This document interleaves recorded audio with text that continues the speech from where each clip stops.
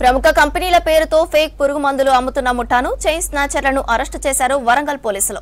నకిలీ పురుగుల మందు కేసులో 7గురిని అరెస్టు చేయగా ఒకరు పరారీలో ఉన్నారు.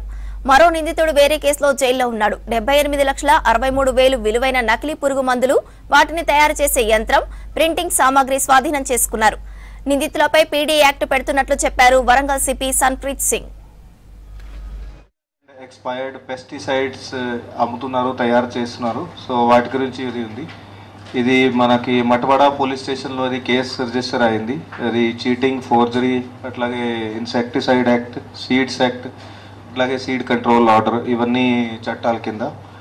సో దీంట్లో బేసికల్గా మన దగ్గర 9 మంది అక్యూజ్ని మనం గుర్తించాము ఈ కేసులో.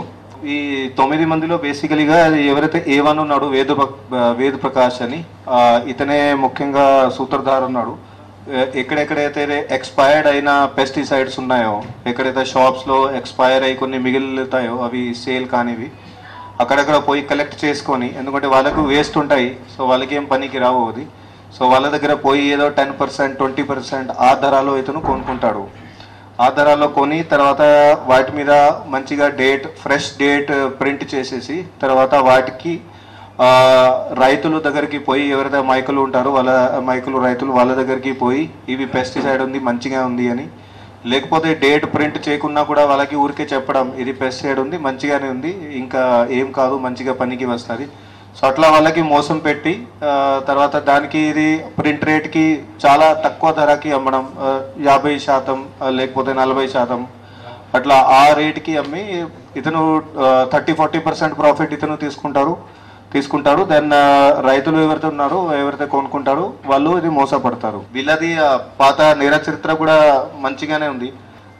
వీళ్ళందరినీ కూడా ఇప్పుడు జ్యుడిషియల్ కస్టడీకి పంపుతాము. అట్లాగే వీళ్ళ యాక్టివిటీస్ని ఫ్యూచర్లో కూడా కంట్రోల్ చేసుకోవడానికి ఇది పీడీ యాక్ట్ది కూడా లీగల్ ఫీజిబిలిటీ చూస్తాము, అది కూడా చేస్తాము. టోటల్గా ఇతని దగ్గర ఇప్పుడు రికవరీ వచ్చేసి 10,000 క్యాష్, అట్లాగే 75 grams గోల్డ్, ఇది టోటల్ దాదాపు 4.7 lakhs వర్త్ ఇది ప్రాపర్టీ ఉంది.